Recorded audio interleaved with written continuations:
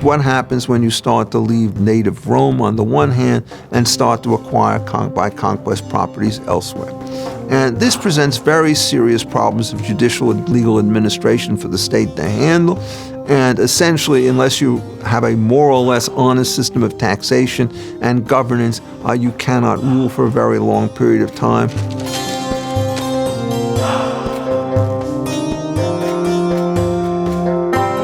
What you have to do is to create some kind of substructure of land which will allow indigenous people to continue to live in their own territories and to be able to trade land with one another and so forth, to farm it and so on.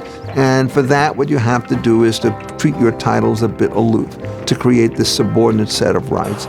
Sooner or later, what you have to do is to make the distinction ironclad, have sovereignty be perfectly consistent with strong property rights, and then you have a system of regulation which explicitly asks when you could regulate, when you can tax, when you can confiscate through eminent domain powers and so forth. But that lies pretty much in the future from this system. And what we don't know about Roman law is how this thing actually played out in different territories.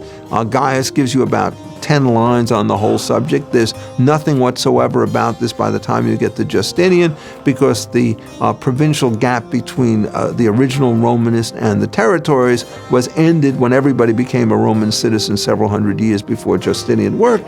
The theory was that we're going to protect our empire and we have second-class people resolving in it. It's not going to work very well. So in an effort to get support, they expanded the citizenship accordingly.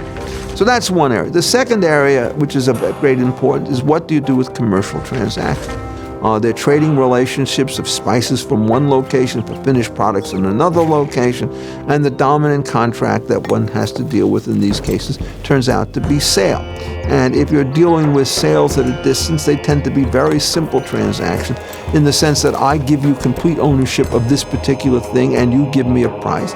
And since we're going to be 4,000 miles apart or 200 miles apart when it all ends, the idea that I sell you something with some residual rights in the thing that I sold doesn't make any sense.